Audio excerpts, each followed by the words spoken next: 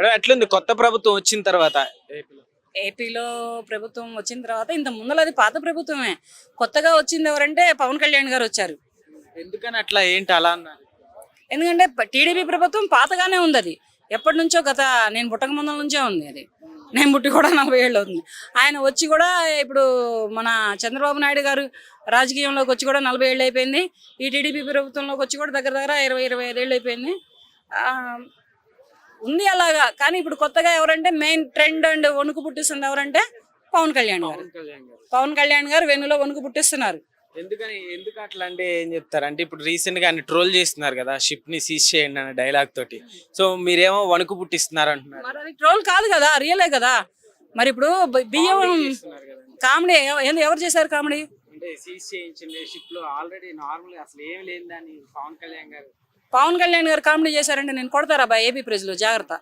ఆయన అభిమానులు కూడా కొడతారు. ఆ అభిమానులు కూడా కొడతారు జాగ్రత్త అనమాక. అలాగా అతను పట్టుకున్నాడు, రేషన్ బియ్యాన్ని పట్టుకున్నాడు. దాంతోపాటు చాలా వరకు జరుగుతున్న అక్రమ బిజినెస్లని, చాలా వరకు జరుగుతున్న షిప్ లో జరుగుతున్న మోసాలను పట్టుకుంటూ అక్రమం కాదు అన్నట్టు చెప్పుకొచ్చారు కదా. కాదు మరి అక్రమం కాదు, పట్టుకొని సీజ్ చేసేంత ఏముంది అక్కడ? సీజ్ చేసేదో మరి వీళ్ళు అక్రమంగా తరలిస్తున్నారు కదా, వేరే రాష్ట్రాలకి వేరే దేశాలకి తరలిస్తున్న వాటిని పట్టుకున్నాడు. అక్రమం ఎందుకు కాదు? అది పట్టుకోవడం అక్రమం కాదు, తరలించడం అక్రమం. రేషన్ డీలర్లే కానీ రేషన్ షాపు ఓనర్లే కానీ వీళ్ళు ఏంటంటే అక్కడ నుంచి అటు తరలించడం తప్పు. దాని మీద ఏంటంటే ఇతను చీజ్ ద షిఫ్ట్ అని చెప్పేసి షిఫ్ట్ సీజ్ చేయించాడు. దాంతోపాటు చాలా బిజినెస్లు బయటపడినాయి కదా. ఇప్పుడు ఒక డిప్యూటీ సీఎం గారు అయినటువంటి ఒక అతను ముందర ఒక షిప్ వెళ్తుండే వెనకమాల ఒక షిప్లో వెళ్ళడం అంటే అది మామూలు మాటలు కావు. దానిలో ప్రాణానికైనా సరే ఒడిగట్టేంత అవకాశాలు ఉన్నాయి. వెనకమాల నుంచి కాల్పులు జరపవచ్చు, ముందల నుంచి బాంబులు వేయొచ్చు, లేకపోతే షిప్నే కింద నుంచి పల్టీ వేయించవచ్చు. కానీ అంతటి దానికి కూడా త్యాగం చేసి దాన్ని పట్టుకున్నారు అంటే. అయితే ఇచ్చిన హామీలు పక్కన పెట్టేసి ఇలాంటి వాటిలో ఎక్కువగా ఇన్వాల్వ్ అవుతున్నారు కదా. సూపర్ 6 గురించి అంటే ఇంకా స్టార్ట్ చేయలేదు. సో వాటి గురించి ఏం చెప్తారు? అవన్నీ చెప్పింది పవన్ కళ్యాణ్ గారు కాదు కదా, చంద్రబాబు నాయుడు గారు కదా. సేమ్ పార్టీ కదా, ఇప్పుడు డిప్యూటీ సీఎం గా ఉన్నారు. కూటమి ఒకటేలే. ఇప్పుడు ఈయన ఏమైనా చెబితే ఆయన ఏమైనా అమల్లో పెడతారు. ఆయన కూర్చొని రాజ్యాంగాన్ని రాస్తుంటే నేను కూర్చొని రాజ్యాన్ని నడుపుతున్నారు. ఈయన పరిగెడుతూ ఇప్పుడు మేధస్సు ఎవరి దగ్గర ఉంది? చంద్రబాబు నాయుడు గారి దగ్గర ఉంది. ఆయన కూర్చొని రాజ్యాంగాన్ని రాస్తున్నారు, ఈయన కూర్చొని రాజ్యాన్ని నడుపుతున్నాడు. పరిగెడుతూ నడుపుతున్నాడు, ఏం కూర్చొని నడపట్లేదు. అలాగని పరిగెడుతున్నాడు రాష్ట్రం కోసమే కానీ రాజ్యం కోసమే కానీ. ఎక్కడ ఏది అన్యాయం జరుగుతుందన్నా, ఎక్కడ ఏది అక్రమం జరుగుతుందన్నా పరుగులు తీస్తున్నారు. కానీ ఇప్పుడు చంద్రబాబు నాయుడు గారు ఇచ్చిన లెక్క ప్రకారం అయితే కొంచెం జాప్యం నడుస్తుంది. కానీ అతను ఏంటంటే కొంచెం మరి బడ్జెట్ ప్రాబ్లమా లేకపోతే ఇంకేంటా అనేది అయితే నాకు తెలియదు. అక్కడైతే ఇప్పుడు ప్రభుత్వం వచ్చి అయితే దగ్గర దగ్గర 6-7 నెలలు అయిపోయింది. ఆయన ప్రమాణ స్వీకారం చేసి ముఖ్యమంత్రిగా పదవి బాధ్యతలు తీసుకొని కూడా అవుతుంది, దగ్గర దగ్గర 6-7 నెలలు అవుతుంది. మరి ఈ 6-7 నెలల్లో ఒక ఫ్రీ బస్ లేదు. సిలిండర్లు మొన్న ఈ మధ్యనే పెట్టారు ఫ్రీ బస్ అన్నారు ఫస్ట్, అది లేదు. తర్వాత సిలిండర్లు పెట్టారు, పింఛన్లు ఆగిపోయినాయి. ఈ 6 పథకాలు పెట్టాడు. మరి 6 పథకాలలో కూడా ఒక్కటే వచ్చింది. వాలంటీర్లను ఆదుకోవాలి. ఎందుకనంటే వాలంటీర్ల వలన పేద బిక్కి మధ్యతరగతి కుటుంబీకులు చాలా మేలు జరిగింది. ఎవడో పెట్టాడులే కానీ వాలంటీర్లను పెట్టి మంచి పని చేశాడులే కానీ వాలంటీర్లను ఆదుకోవడం వలన అవినీతికి, అక్రమాలకి, అన్యాయాలకి పాల్పడకుండా సరిగ్గా పనిచేసే వాలంటీర్లను పెట్టుకుంటే ఏమవుద్దంటే రాష్ట్రానికి మేలే జరిగిద్ది. ప్రతి ఇల్లు అడుగుతున్నారు, ప్రతి గల్లీ తిరుగుతున్నారు.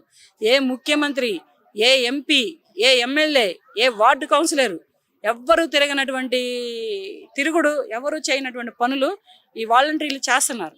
మరి వాళ్ళకి జీతాలు తక్కువైనా, వాళ్ళకి రాబడి తక్కువైనా కానీ చేస్తున్నారు. పెద్ద పెద్ద చదువులు చదివిన పిల్లలు కూడా చేస్తున్నారు. వాలంటీర్ని ఆదుకోవడం కాదు, వాలంటీర్లుగానే ఉంచితేనే కొంచెం ఏంటంటే వీళ్ళకి ఎక్కడ ఏం జరుగుతుంది అనేది వీళ్ళకి ఐడియా వస్తుంది. కానీ అంత పాలన అయితే ఎంచుకొని ప్రజలు గెలుచుకున్నారు. కానీ చంద్రబాబు నాయుడు గారిని, పవన్ కళ్యాణ్ గారి దూకుడుగానే ఉంది. అతను బాగానే చేస్తున్నారు. కానీ ఇతనే కొంచెం ఏంటో మరి జాప్యం చేస్తున్నారు. ప్రస్తుతానికి పెట్టిన పథకాలు ఆగిపోయినాయి. మెయిన్ పింఛన్ ఆగిపోయింది. పింఛన్ ఫస్ట్ పెట్టాలి. ఆయన ముఖ్యమంత్రిగా ప్రమాణ స్వీకారం చేసిన వెంటనే పింఛన్లు వదిలేయాలి. మరి 6 నెలలు బట్టి పింఛన్లు రాలేదు. మరి చితగా మరి ఉంటారు కదా లేడీసే కానీ, మరి పెద్దవాళ్లే కానీ, వృద్ధులు అయిన వాళ్లే కానీ వీళ్ళందరూ ఉంటారు కదా, వీళ్ళకి ఫస్ట్ పింఛన్లు ఆగిపోయినాయి. చేంజ్ అయితే ఏం రాలేదంటారు ఇంకా ప్రభుత్వం వచ్చిన. రాలేదు ప్రస్తుతానికి ఇంకా చేంజ్ ఏం రాలేదు. ఈ దూకుడు వ్యవహారం ఎవరి దగ్గర ఉందంటే పవన్ కళ్యాణ్ గారి దగ్గర ఉంది. మరి చంద్రబాబు నాయుడు గారు కూడా కొంచెం ఆలోచించి తొందరగా చర్యలు తీసుకొని తొందరగా మార్పులు చేర్పుల్ని చేస్తే బాగుంటుందని నేను మరీ క్యాపిటల్ విషయం గురించి చెప్పాలంటే ఏం చెప్తారు? క్యాపిటల్ ఇప్పుడు అమరావతిలో ఫిక్స్ అయిపోయింది, ఇంకా అక్కడే అంటున్నారు కదా ఏ ప్రభుత్వం వచ్చినా గానీ. సో మీకు ఓకేనా? ఓకే. మరి అమరావతి అని అంచుకునే కదా ఇప్పుడు రామకృష్ణ అదేదో కమిటీ వేశారు కదా. అప్పుడు ఈ రాష్ట్రం రాకముందులా, రాష్ట్రం విడిపోక ముందులా కమిటీ వేసి కమిటీలో ఇప్పుడు ఎలక్షన్స్ 14 ఎలక్షన్స్లో గెలిచిన తర్వాత కమిటీ వేసి కమిటీలోనే కదా అక్కడ ఓకే చేసిందంతా. అన్నిటికి అన్ని రకాలుగా సదుపాయాలకి అన్నిటికి బాగుంటుందని అమరావతిని ఎంచుకున్నారు. అమరావతిలోనే ఉంటుంది.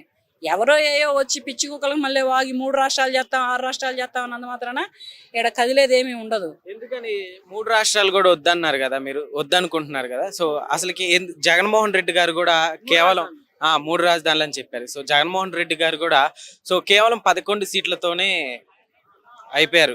సో అసలు దేని వల్ల అంటారు? ఎక్కడ తప్పుదం జరిగిందంటే ఏం చెప్తారు? డెవలప్మెంట్ ఒకటి ఆగిపోయింది. ఫస్ట్ ఉద్యోగాలు ఆగిపోయినాయి. అక్కడ చదువుకున్న ప్రతి ఒక్క విద్యార్థులకు స్టూడెంట్లకు అందరికీ ఉద్యోగాలు ఆగిపోయినాయి.